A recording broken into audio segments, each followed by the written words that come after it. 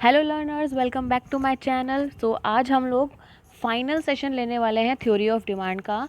तो आज सिर्फ एमसीक्यूज़ करेंगे हम। थ्योरी हम पूरा कवर कर चुके हैं प्रीवियस वीडियोस में, तो जिसने नहीं देखी है वो वहाँ जाकर प्लेलिस्ट में देख सकता है। तो चलिए स्टार्ट करते हैं। Our first question is what kind of relationship exist between demand for a good and price of its substitute. किसी गुड्स के सब्सटीट्यूट के प्राइस में और उस गुड्स की डिमांड में क्या रिलेशनशिप होता है। You have 5 seconds to answer.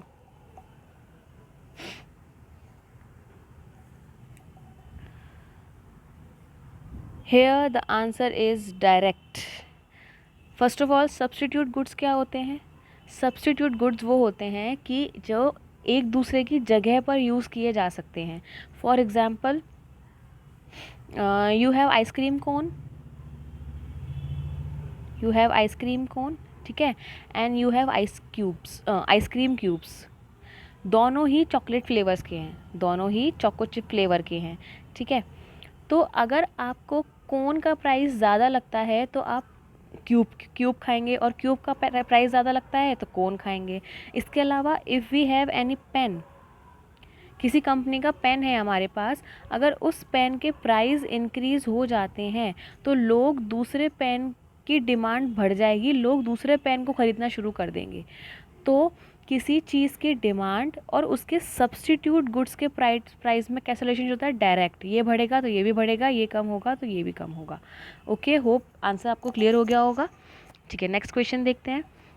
What kind of relationship exist between price of a good and demand of its complementary. Demand of complementary. 5 seconds to answer.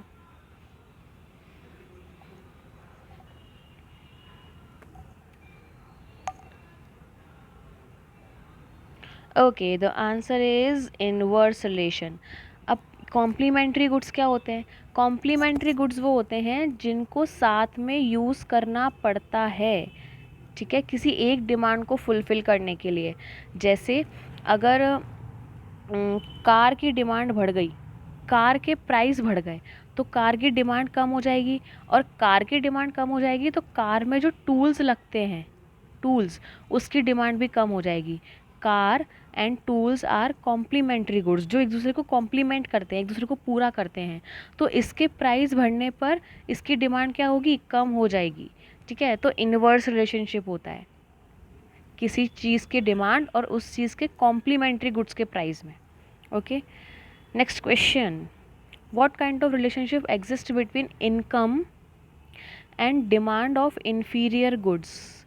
Inferior goods हम लोग ने पढ़ चुके हैं, क्या होते हैं? Not very good quality.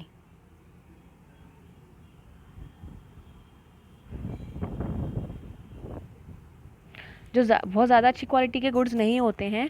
तो इनकम का उन गुड्स पर क्या प्रभाव पड़ता है कि भाई इनकम बढ़ेगी तो इनकी डिमांड क्या कम होगी, ज़्यादा होगी, तो उसके हिसाब से डायरेक्ट रिलेशन होगा या इनवर्स रिलेशन होगा, या कोई इफेक्ट नहीं होगा, या कैन बी डायरेक्ट और इनवर्स, कुछ भी हो सकता है। 5 seconds।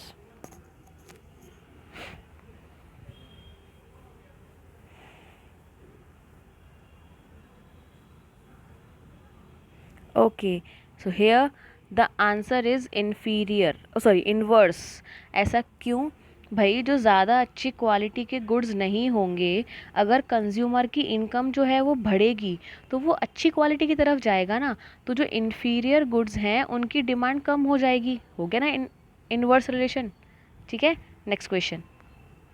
What kind of relationship exist between income and demand of normal goods. Normal goods आपके नॉर्मली जो डेली लाइफ में यूज़ किए जाते हैं, लाइक चिप्स खा रहे हो, आटा, दाल, है ना, और ये सब चीज़ें जो नॉर्मल लाइफ में कोई भी इंसान यूज़ करता है, ठीक है। तो नॉर्मल गुड्स और इनकम में कैसा रिलेशन है?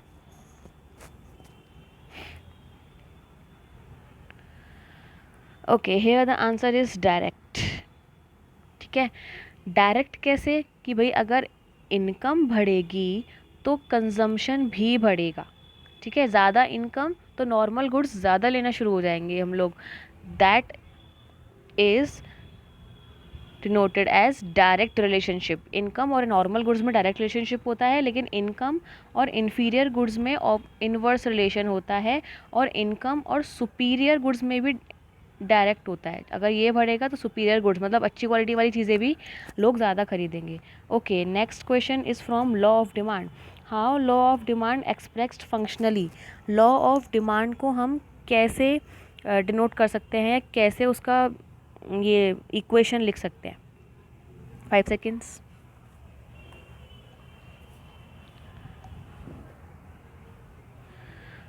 Okay, so here the answer is first, demand of x is the function of price of x। अच्छा, इसके आगे ना एक टर्म लिखा है सेट्रस पेरिबस। सेट्रस पेरिबस इसका मतलब होता है अदर थिंग्स रिमेन्स कांस्टेंट।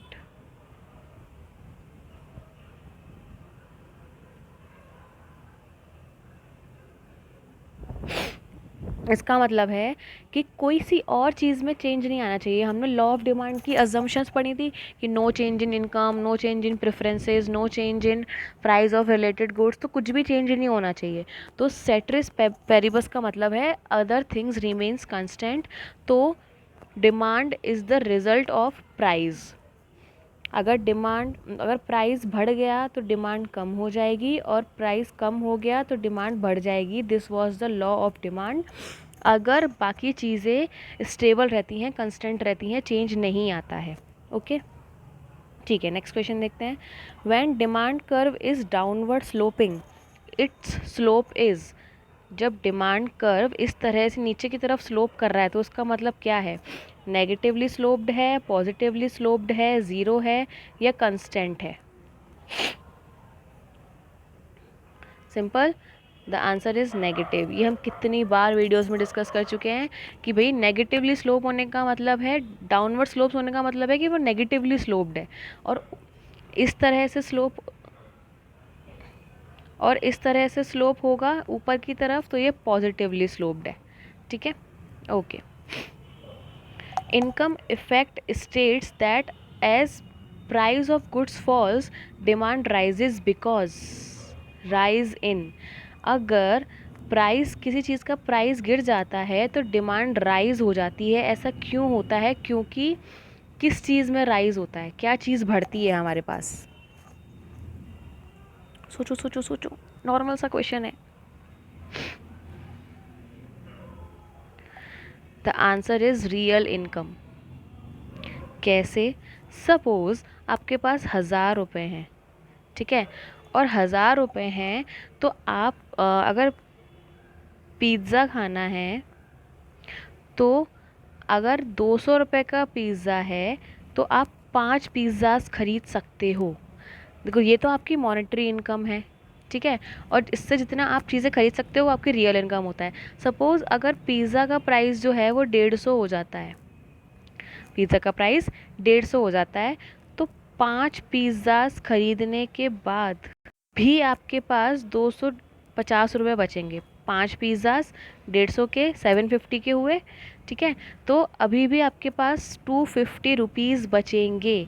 तो आपकी रियल इनकम बढ़ जाएगी। आप इसमें एक और पिज़्ज़ा खरीद सकते हो, फिर भी 100 रुपये बच जाएंगे।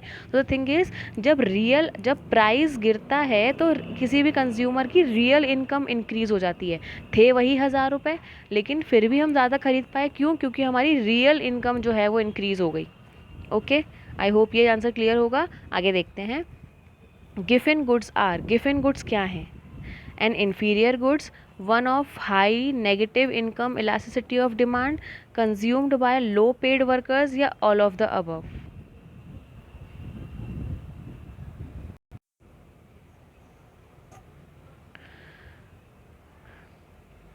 Okay, so the answer is all of the above. ऐसा नहीं है कि हर आंसर में जहाँ ऑल ऑफ द अबव होता है वो उसका आंसर वही होता है, बट यहाँ पर है। तो गिफिन गुड्स क्या होते हैं? गिफिन गुड्स होते हैं जो इन्फीरियर गुड्स, अभी हमने ऊपर देखे थे। इन्फीरियर गुड्स क्या होते हैं? नॉट वेरी गुड क्वालिटी, है ना, नॉट वेरी गुड क्वालिटी। और जो हाईली इन्फीरियर होते हैं, हाईली इन्फीरियर, वो होते हैं आपके गिफिन गुड्स। तो तो ये एक तरह का इन्फीरियर गुड्स है, ये भी ठीक है, ठीक है। ये लो पेड वर्कर्स यूज़ करते हैं क्योंकि ये बहुत सस्ते होते हैं और इसकी income elasticity of demand negative होती है। ये इनकम इलास्टिसिटी क्या है, ये हम इलास्टिसिटी वाले चैप्टर में पढ़ेंगे। यहाँ पे आप इतना समझ लो कि अगर इनकम बढ़ेगी किसी कंज्यूमर की तो गिवन गुड्स का जो कंजम्पशन है वो डिक्रीज़ हो जाएगा। क्यों? क्योंकि लोग अच्छी क्वालिटी की तरफ जाएंगे ना, इन्फीरियर गुड्स खरीदेंगे ही नहीं। तो the answer is all of the above. ठीक है, next question. Veblen goods are, Veblen goods क्या होते हैं? वेबलन गुड्स, इसका आंसर मैं बता देती क्योंकि हमने इसे पढ़ा नहीं है। Veblen goods are all of the above, मतलब ऐसे गुड्स जो कोई इंसान स्टेटस के लिए ख़रीदता है। बेसिकली इसको हाई इनकम वाले लोग ख़रीदते हैं, जैसे डायमंड्स, डायमंड्स हो गया, लग्जरियस कार्स हो गई। ठीक है, तो वेबलन गुड्स वो हैं जो दिखावे के लिए, सोसाइटी में स्टेटस के लिए ख़रीदे जाते हैं। ठीक है, तो ये 10 क्वेश्चन हमने आज किए। We have left with 10 more questions. I have total 20 questions. आगे देखते हैं। Factor which affects market demand but not individual demand can be. इनमें से ऐसा क्या है जो मार्केट डिमांड को तो इफ़ेक्ट करता है लेकिन इंडिविजुअल डिमांड को इफ़ेक्ट नहीं करता? बहुत सिंपल था। The answer is number of consumer. Number of consumer market की डिमांड को ही इफ़ेक्ट करेंगे। इंडिविजुअल में तो वो एक ही कंज्यूमर होगा ना, तो वो कैसे इफ़ेक्ट करेगा? ठीक है, तो the answer was number of buyers and number of consumers in the market. Second, law of demand does not hold in the case of, इनमें से किस केस में लॉ ऑफ डिमांड काम नहीं करता या फॉलो नहीं होता? ये हमने इसकी एक्सेप्शंस में पढ़ा था, लॉ ऑफ डिमांड के एक्सेप्शंस में। Okay, so the answer is all of the above. अगर आपको एक्स्ट्रा टाइम चाहिए तो आप वीडियो पॉज करके सोच सकते हैं आंसर, कोई दिक्कत नहीं है। मैं यहाँ पर आपको 3 to 5 सेकेंड्स देती हूँ सोचने का। ठीक है, ऐसा क्यों? देखो, एमरजेंसी में प्राइस बढ़े चाहे कम हो कोई फ़र्क नहीं पड़ता, डिमांड जितनी होनी है उतनी होनी।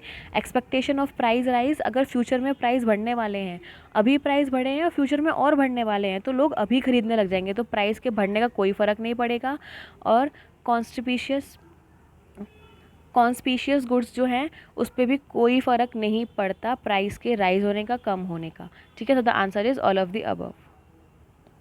Okay, contraction of demand is shown by, 2 terms पढ़नी थी, कॉन्ट्रैक्शन एंड एक्सटेंशन।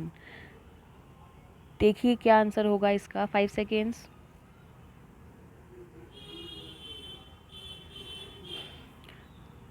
हमने पढ़ा था कि जब प्राइस की वजह से, ये हमारा डिमांड कर्व है डी, ठीक है, ये हमारा प्राइस, ये हमारी ये क्वांटिटी डिमांडेड चल रहा है, ये प्राइस चल रहा है। ठीक है, अगर प्राइस इंक्रीज़ होता है, प्राइस इंक्रीज़ होता है तो क्वांटिटी डिमांडेड कम हो जाएगी। प्राइस इंक्रीज़, क्वांटिटी डिमांडेड कम। ठीक है, वहीं अगर प्राइस कम हो जाता है, कम हो जाता है तो क्वांटिटी डिमांडेड बढ़ जाएगी। ठीक है, तो ये इस तरफ क्या हुआ, डिमांड बढ़ी, इस तरफ क्या हुआ, डिमांड कम हुआ, तो इसको हम बोलते हैं कॉन्ट्रैक्शन, इसको बोलते हैं एक्सटेंशन, संकुचन और विस्तार। तो कॉन्ट्रैक्शन किस तरफ हो रहा है, इस तरफ हो रहा है ना, upward movement on the demand curve, upward movement on the same demand curve, A is the answer. Okay, hope clear हो गया होगा। आगे बढ़ते हैं। Increase in demand is shown by, increase in demand is shown by,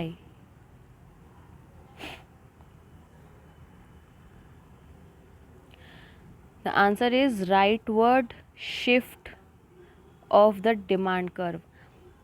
ये भी हमने पढ़ा था, ये हमारा डिमांड कर्व है, प्राइस सेम रहता है, प्राइस, ठीक है, ये हमारी क्वांटिटी, ये क्वांटिटी, ये प्राइस, प्राइस सेम है फिर भी क्वांटिटी बढ़ रही है, क्वांटिटी बढ़ रही है, तो इस इधर शिफ्ट हो जाएगा हमारा demand curve.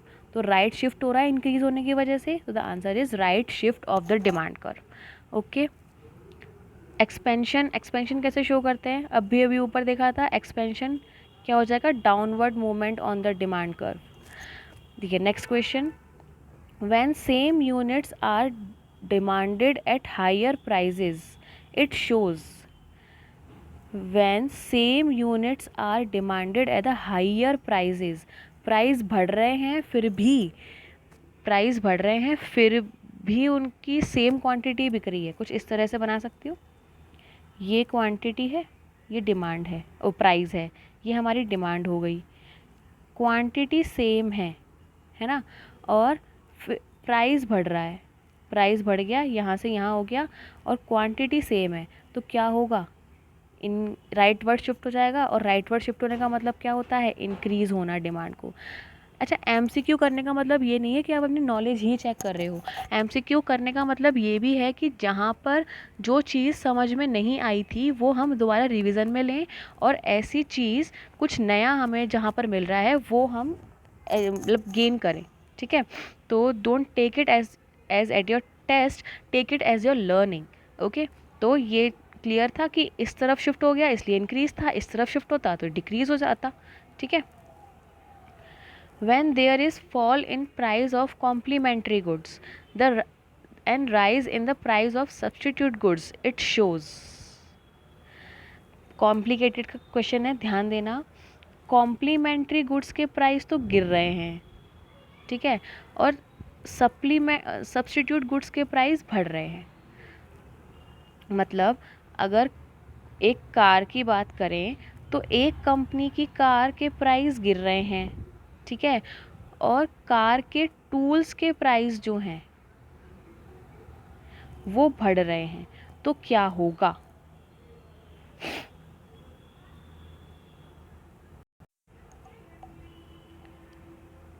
The answer is expansion in demand. देखो, अगर टूल्स के प्राइस गिरे, अगर कार के टूल्स के प्राइस गिर गए तो हमारी कार की डिमांड जो है वो बढ़ जाएगी।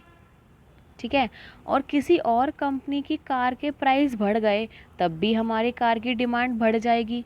तो बेसिकली हमारे वाली प्रोडक्ट की डिमांड बढ़नी है। अब ये इंक्रीज़ होगा या एक्सपेंशन होगा, इसका रीज़न आपको यही मिल जाएगा, प्राइस। हमने क्या देखा था कि अगर प्राइस की वजह से चेंज हो रहा है तो एक्सपेंशन और कॉन्ट्रैक्शन होगा, और किसी और रीज़न से हो रहा है तो इंक्रीज़ और डिक्रीज़ होगा। So our answer is expansion of demand. ठीक है, चलिए आगे देखते हैं। When income of the consumer falls, the impact on price demand curve is an inferior good is। अगर इनकम जो है वो कम हो रही है, ठीक है, तो इन्फीरियर गुड्स पे क्या असर पड़ेगा। इन्फीरियर गुड्स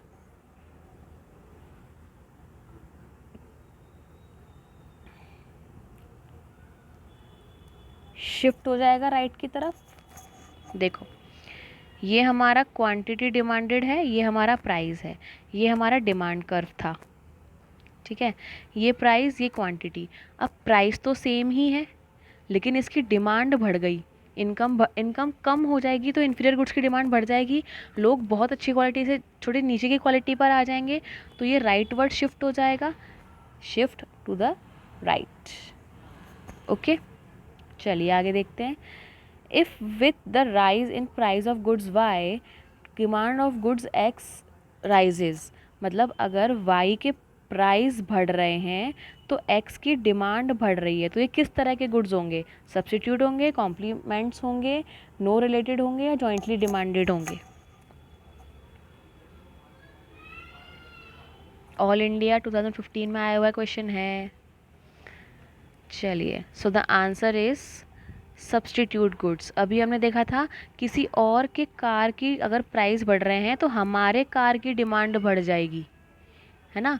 तो ये कौन से गुड्स होते हैं, सब्स्टिट्यूट, जिसको एक की जगह पर दूसरा वाला हम यूज़ कर सकते हैं। ठीक है, last question of the session and last question of the chapter as well। Any statement about demand for good is considered complete only when the following is, या इधर आर आना चाहिए, is या are mentioned। Price of a goods, period of time, quantity of the goods। Simple, the answer is all of the above, क्योंकि उसका price भी matter करता है, किस टाइम पर खरीद रहे हैं वो भी मैटर करता है, क्योंकि ओकेज़न और इमरजेंसी वगैरह टाइम पे भी हो सकता है, and quantity of the goods उसी पर डिपेंड करेगी price. The answer is all of the above. So this was all for today. Hit like if you really like the session. आप अगर आपको कोई भी डाउट है, कोई सजेशन देना चाहते हैं तो आप मुझे कमेंट बॉक्स में बता सकते हैं।